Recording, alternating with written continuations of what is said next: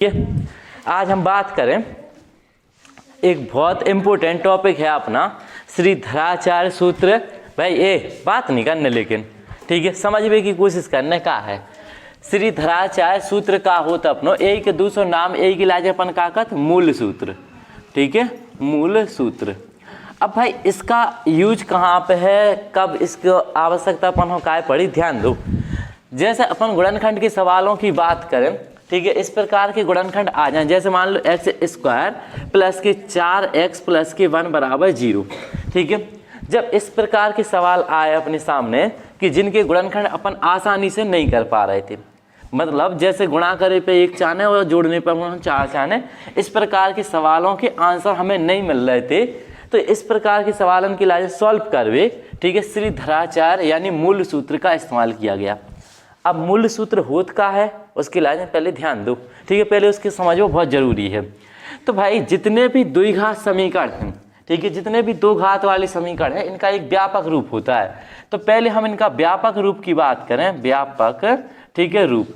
तो व्यापक रूप किस प्रकार का होता है, देखो जितने भी समीकरण होंगे अपने वे अपने इस प्रकार के होते ए एक्स स्क्वायर प्लस के बी एक्स प्लस सी बराबर 0, यानी इसमें एक स्क्वायर वाला पद रहेगा, जो भी समीकरण है, एक एक्स वाला पद हो सकता है और एक संख्या वाला पद हो सकता है। ठीक है, ये होता है इसका द्विघात समीकरण का व्यापक रूप। ठीक है, तो हमें सबसे पहले जैसे मान लो एक समीकरण है, इसका व्यापक रूप से अगर इसकी तुलना करें, हम तुलना करना बिल्कुल आसान होता है। तो ए का मान यहाँ पे हम देख लेते हैं, जैसे एक सवाल आ गया अपना, मान लो 2x स्क्वायर प्लस के 7x प्लस के, ठीक है, यहाँ पे आ गई कोई संख्या अपनी इस प्रकार से 5।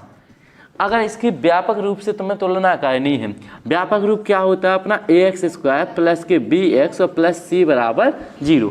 तो ए बी सी के मान निकालने होंगे सबसे पहले हमें। ठीक है, तो ए का मान कितना हो जाएगा अपना 2, बी का मान कितना हो जाएगा 7 और सी की बात करें सी बराबर कितना हो जाएगा अपना 5। समझना बात की लाजिम, यानी किसी भी सवाल के यानी द्विघात समीकरण कोई भी इस प्रकार का पोर्शन है तो हमें वहाँ पे ए बी सी के मान निकालना आना चाहिए। अगर सवाल में माइनस है, ठीक है, इस प्रकार से आ गया एक्स स्क्वायर माइनस के 4x प्लस 1 बराबर 0, तो इसकी भी अगर अपन तुलना करके इसमें भी मान देखें ए एक्स स्क्वायर प्लस के बी एक्स प्लस सी बराबर 0। हमेशा तुलना करते समय इस बात का ध्यान रखें कि हमेशा प्लस का ही चिन्ह लेते हैं सवाल में, चाहे माइनस को होवे चाहे प्लस को होवे, उससे कोई दिक्कत की बात नहीं है। ठीक है, तो यहाँ पे ए बराबर, जब इसको गुणांक कछु नहीं होवे, स्क्वायर को गुणांक, तो ए बराबर अपना कितना मान हो जाए 1। ठीक है, बी बराबर भज्जा देखो एक्स का गुणांक, एक्स के गुणांक में जो भी संख्या माइनस के 4, तो बी की वैल्यू हमें पता चल पा रही कि माइनस के 4, और सी बराबर देखें तो सी का मान कितना हो जाएगा 1। ठीक है, अब भाई इस सवाल के आंसर हम नॉर्मली ज्ञात नहीं कर पा रहे, जो भी सवाल हैं अपने, जैसे ये वाला क्वेश्चन दिया गया है, तो वहाँ पे हम मूल सूत्र का इस्तेमाल करेंगे, यानी धराचार्य जो सूत्र होता है। ठीक है, तो हमें ए बी सी के मान तो क्वेश्चन से मिल सका, और इसके जो एक्स के आंसर होंगे, डायरेक्ट आंसर निकालने के लिए हम एक फॉर्मूले का इस्तेमाल करते हैं, x बराबर माइनस के b plus minus under root के अंदर, ठीक है, ये हो जाएगा अपना b स्क्वायर माइनस के 4ac, ठीक है, बटे में कितना होता है 2a। इस फॉर्मूले द्वारा हम किसी भी कोई भी द्विघात समीकरण का सवाल आ जाए, हम इस फॉर्मूले को लगा करके हम उसके आंसर ज्ञात कर सकते हैं।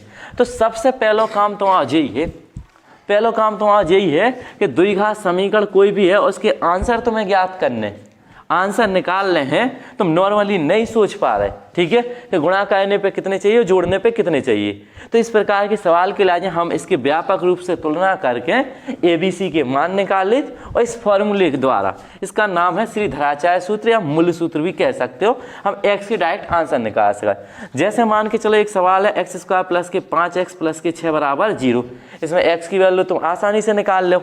ठीक है, इसके गुणनखंड कर सकते एक्स स्क्वायर प्लस के जो होगा 2x प्लस के 3x।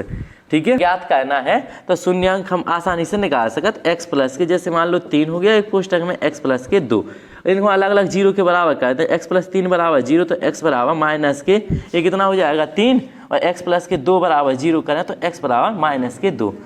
हम मूल सूत्र का इस्तेमाल करके, मान लो इस प्रकार का कोई भी सवाल आ जाए तुम्हारे सामने और तुम उसके लिए जब हल नहीं कर पाओ, तो हम इस फॉर्मूले द्वारा इसकी जो डायरेक्ट आंसर निकलते हैं वो ज्ञात कर सकते हैं कि इसके आंसर क्या होंगे। और कई बार सवाल भी बोलता है कि मूल सूत्र द्वारा हल करके बताओ। अब भाई इस तरीके का इस्तेमाल हम कैसे करेंगे, देखो किस प्रकार से हम इसी सवाल को देख लेते हैं। अगर इसके द्वारा हमें ज्ञात करना है भाई बिल्कुल आसान है, बस एक बार समझ लो अच्छी तरीका से, ठीक है। सवाल का है अपना, मान के चलो जो है एक्स स्क्वायर प्लस के 5x प्लस के 6 बराबर 0। नॉर्मल तरीके से तो हो ही रहा है, अगर हमें मूल सूत्र लगाने इसमें, ठीक है, अगर हमें इसके लिए आज मूल सूत्र द्वारा करने तो किस प्रकार से होगा। तो इस सवाल को जैसे हम हल करें तो सबसे पहले हम क्या कर सकते हैं, सबसे पहला काम है एक्स स्क्वायर प्लस के 5x प्लस के 6 बराबर 0, ठीक है। इसकी तुलना करें ax स्क्वायर प्लस के bx प्लस के c बराबर 0 से, मतलब इस, ठीक है, इसके व्यापक समीकरण से इसकी तुलना कर लेते हैं, से तुलना करने पर अब जैसी तुलना करेंगे तो a बराबर, इसका गुणांक देखो एक्स स्क्वायर का गुणांक a है, यहाँ पे एक्स स्क्वायर गुणांक कछु नहीं है तो कितना मान हो जाए 1, ठीक है। b की बात करें 5 और c बराबर कितना हो जाएगा 6। इस प्रकार से हमें ए बी सी के मान समझ आ रहे हैं, ठीक है। ए बी सी के मान अगर तुमने ज्ञात कर लिए तो मूल सूत्र लगा दो, मूल सूत्र से, ठीक है। क्या होता है अपना x बराबर माइनस के b plus minus under root के अंदर हो जाएगा b स्क्वायर माइनस के 4ac बटे में 2a, ठीक है, इस प्रकार से। अब भाई माइनस के b का मान कितना हो जाएगा माइनस के 5 प्लस माइनस अंडर रूट के अंदर b स्क्वायर, b का मतलब कितने का स्क्वायर हो जाएगा 5 का स्क्वायर माइनस के 4, a को मान कितना है 1 और c को मान कितना है 6, ठीक है। और बटे में कितना हो जाएगा अपना 2a का a की मान कितना हो जाएगा अपना, ठीक है 1। अब जैसे इसके लिए हम सॉल्व करें तो माइनस के कितना है ये अपना 5 प्लस माइनस ये कितना हो गया अपना 25 माइनस के 6 चौको 24 और बटे में कितना हो जाएगा 2 एकम 2, x बराबर इस प्रकार से। अब इसके लिए और आगे हल करें अपन, और ठीक है, x बराबर देखें तो x की वैल्यू ये कितनी हो जाएगी माइनस के 5 प्लस माइनस, ठीक है। यहाँ पे कितना बचेगा अंडर रूट में 1 और 1 को मान कितना हो जाए तुम्हें पता हो जाए 1, तो ये मिल गया, ठीक है, माइनस के 5 प्लस माइनस के 1 बटे में 2, ठीक है। अब एक बार इसके आंसर तो माइनस के 3 और माइनस के 2 हैं, लेकिन यहाँ पे थोड़ी ना इस प्रकार से प्राप्त हुए। तो एक बार इसमें देखो प्लस माइनस 2 चिन्ह लगे हुए हैं पहले प्लस चिन्ह लेने पर, ठीक है। इसको हल करें तो x बराबर जो का हो जाए माइनस के 5 प्लस 1 बटे 2, तो माइनस के 5 में से घटा दो, x बराबर कितना आएगा माइनस के 4 बटे 2, काट दो 2 से, तो x बराबर कितना प्राप्त हो जाएगा माइनस के 2। इस प्रकार से एक बार हम माइनस चिन्ह लेके हल करें तो x बराबर कितना हो गया माइनस के 1 और माइनस के, ठीक है, 5 और माइनस 1 बटे में कितना है 2, जोड़ दो तो ये कितना हो गया माइनस के 6 बटे 2, इससे कैंसिल करेंगे तो माइनस के 3। इस प्रकार से हम x के आंसर किसी भी सवाल के ज्ञात कर सकते हैं मूल सूत्र द्वारा, ठीक है। इस फॉर्मूले का इस्तेमाल करना तुम्हें अच्छे से आना चाहिए, अगर नहीं आ रहा हो, ठीक है, तो 1-2 बार इसकी लाइन लगाओ, समझो, कोशिश करो, ठीक है। पेपर में क्या होता है, पेपर में एक सवाल दे देगा और कहेगा कि मूल सूत्र द्वारा हल कीजिए, ठीक है। इस फॉर्मूले का इस्तेमाल करना हमें अच्छे तरीके से आना चाहिए। अगर जो फॉर्मूला तुम्हें सीखना है, ठीक है, तो बिल्कुल आसान तरीका है कि पहले ABC के मान निकालो और फॉर्मूला लगा दो। इसका इस्तेमाल कब किया जाता है, जब अपन सवाल के आंसर नहीं ज्ञात कर पा रहे, ठीक है। तो देखो भाई इस प्रकार के कई क्वेश्चन पूछे जाए। अब एक चीज़ और समझ लो, जहाँ पे जो फॉर्मूला काम नहीं करता, मतलब एक स्थिति ऐसी भी है जहाँ पे कई सवाल इस प्रकार का आ जाएगा अपना, ठीक है, कि अगर मूल सूत्र भी लगाओ तो उसके आंसर नहीं निकले, ठीक है। इस प्रकार की स्थिति देखो भाई, यहाँ पे एक चीज़ और समझने अपन की लाज है कि ऐसे सवाल कौन से हैं जो मूल सूत्र द्वारा हल नहीं हो सकते, ठीक है। देखो उसकी लाज है, समझने की लाज है, एक चीज़ और ध्यान देना अपन की लाज है। एक फॉर्मूला है विविध कर बराबर, ठीक है, d बराबर एक फॉर्मूला होता अपना b स्क्वायर माइनस के 4ac। अब भाई जो फॉर्मूला का काम करत, ठीक है, जो आंसर है किसी भी सवाल के जो आंसर निकालते उसके लिए बताओ, ठीक है, कि उस सवाल को हल कर सकते या नहीं कर सकते, यानी उसके आंसर निकाल सकत कि नहीं निकाल सकत। मान लो किसी सवाल में अपन ने इसकी वैल्यू निकाली, ठीक है, d बराबर अपन के लिए 3 प्रकार से मान प्राप्त हो सकत, या तो d बराबर 0 आ जाए, या फिर d बराबर प्लस की कोनो संख्या आए, या फिर d बराबर माइनस की कोनो संख्या आए। देखो भाई ऐसी स्थिति बनती है, जैसे मान के चलो एक सवाल है अपने पास, ठीक है, जो है अपना 4x² प्लस के 4 और प्लस के 1 बराबर 0। अब कहीं के जो सवाल है इसके जो आंसर होंगे, x के जो आंसर आएंगे 2, ठीक है, x के 2 आंसर निकलते हैं इसके, ठीक है, द्विघात समीकरण है।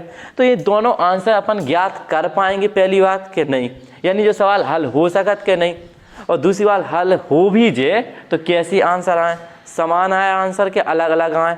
तो आंसर चेक करने के लिए अपन और इसकी तुलना कर लो ax² प्लस के bx और प्लस c बराबर 0 से। तो a बराबर 4 हो जाए, b बराबर 4 होगा और c बराबर 1 होगा। तो d बराबर b² माइनस के 4a और c। तो b को मान रख दो जो होगा अपना 4 को इसका माइनस के 4, a को मान कितना है 4 और c को मान कितना है 1। तो जो होगा 4 को 16 माइनस के 16, तो d बराबर कितना प्राप्त होगा अपन की लाजे 0, ठीक है। तो d बराबर अगर 0 आओ तो इसका मतलब है कि सवाल जो आंसर है वे वास्तविक हैं, यानी ज्ञात कर सकत और समान हैं। समान को मतलब है, ठीक है, इसके जो आंसर निकालो, जैसे x के मान निकालो तो दो ही बिल्कुल समान आए। जैसे मान लो तुमने हल करो 1/2 आओ, एक और भी हल करो तो वो भी 1/2 आए, यानी दोनों आंसर कैसे होंगे, समान। लेकिन बेटा d बराबर जब भी तुमने निकालो अगर प्लस की संख्या आ गई तो वास्तविक का मतलब तुम ज्ञात कर सकत, ठीक है, वास्तविक है आंसर है ज्ञात कर सकत और असमान होंगे, यानी x के जो मान आएंगे वे अलग अलग होंगे। अगर d बराबर माइनस को है तो इसका मतलब है काल्पनिक, ठीक है। काल्पनिक का मतलब ऐसा है कि भाई उस सवाल के आंसर तुम ज्ञात नहीं कर सका। तो बस ये बात तुम्हें पता होनी चाहिए, ठीक है। काल्पनिक को असमान, यानी आंसर वैसे तो निकलते ही नहीं है, कल्पना कर सकते वो भी असमान होंगे, ठीक है। इनके मान कैसे हो, काल्पनिक। काल्पनिक को मतलब जितने d बराबर माइनस की संख्या आ गई तो ऐसे सवाल ना तो मूल सूत्र द्वारा हल होंगे ना कोनो भी तरीका द्वारा हल होंगे। इस प्रकार के सवाल अपन हल नहीं कर सकते जहाँ पे d बराबर किस प्रकार से आ जाए, अपनी माइनस की संख्या आ जाए, ठीक है। देखो भाई जैसे मान लो एक सवाल है अपने पास, ये लिखा हुआ है 2x² माइनस के, ठीक है, यहाँ पे है 3x को मान कितना हो माइनस के 3 का स्क्वायर माइनस के 4, a को मान कितना हो जाए 2 और c को मान कितना होगा 11, रखो जो होगा प्लस के 9 और ये कितने हो जाए 88, ठीक है। घटा दो जो भी संख्या बकाया किया है माइनस की, और जब माइनस को सवाल d बराबर माइनस की संख्या मिल जाए हमारे लाजे तो जा समझ के चलो इस सवाल को हल नहीं कर सकत अपन। तो पहले जो चेक कर वो जरूरी है कि d बराबर किस प्रकार की संख्या आ रही, ठीक है। तो अपन के लाजे इतना तरीका समझ आ गओ, ठीक है, कि मूल सूत्र अपन किस प्रकार से लगाओ और d बराबर अगर वैल्यू किस प्रकार की है तो इसके आंसर निकाल भी सकते कि नहीं निकाल सकते, ठीक है। बस इतनी बात करनी थी अपन की लाजे। क्लियर, और कोनो दिक्कत, ठीक है। तो और बताओ के बराबर अपन के लाजे इसमें मान बताओ ना के की वैल्यू कितनी है, ठीक है। जबकि इस क्वेश्चन में क्या रहा है, क्वेश्चन क्या है अपना kx² प्लस के, ठीक है, k माइनस के 1 इंटू एक्स माइनस 1 बराबर 0। के का मान बताओ कि कितना होगा, लेकिन इसके जो मूल हैं, ठीक है, या शून्यांक कह लो, मूल कैसे हैं अपने समान हैं, ठीक है। अगर मूल समान है तो हमारे लाजे के का मान ज्ञात करके बताना है क्वेश्चन में। तो भाई इस प्रकार का जब भी क्वेश्चन के का मान या कोई भी संख्या का मान पूछे, ठीक है, जिसके मूल कैसे हो समान, अगर मूल अपने समान होते हैं तो d बराबर क्या होता है 0। तो सबसे पहले इसकी तुलना कर लें अपन ax² प्लस के bx और प्लस के c बराबर 0 से। तो a बराबर कितना होगा k, b बराबर आएगा k माइनस के 1 और c बराबर आएगा माइनस के 1, ठीक है। इस प्रकार से a और b और c के मान हमें प्राप्त हो गए, ठीक है। तो हम अगर इसके मूल समान हैं तो मूल समान है तो d बराबर जो b² माइनस के 4ac होता है, d का मान कितना हो जाएगा 0। तो 0 b² माइनस के 4ac। अब भाई इसमें मान रख दो, चाहिए कि लाजे ऐसा लिख लो, ठीक है, b² माइनस के 4ac बराबर 0। b को मान कितना होगा अपना, ठीक है, जो होगा अपना k माइनस के 1 का होल स्क्वायर माइनस के 4 गुणा a को मान कितना होगा k और c को मान माइनस के 1 बराबर 0। तो जो होगा k माइनस के 1 का होल स्क्वायर माइनस माइनस जो होगा प्लस के 4 के बराबर 0। इको फॉर्मूला खोल लो तो a² प्लस b², ठीक है, माइनस के 2ab और प्लस के जो होगा 4 के बराबर 0। जो होगा k² जो माइनस के कितने प्लस के कितने बचे अपने 2k और प्लस के कितना है 1 बराबर 0। गुणनखंड करके हल कर ले, ठीक है। गुणा करे पर कितने चान है 1 और जोड़े पे कितने चार हैं 2, तो कितना हो जाएगा अपना, ये हो जाएगा अपना, ठीक है, k+1 और k+1, ठीक है, अलग अलग 0 के बराबर कर दो, ये हो जाएगा k+1 बराबर 0, तो k बराबर कितना आ जाए अपने पास -1। k को मान इस प्रकार से हम ज्ञात कर सकते, ठीक है। तो भाई यही वाला जो क्वेश्चन है, जैसी क्वेश्चन आउट अपने हमेशा पेपर में, वाह। तो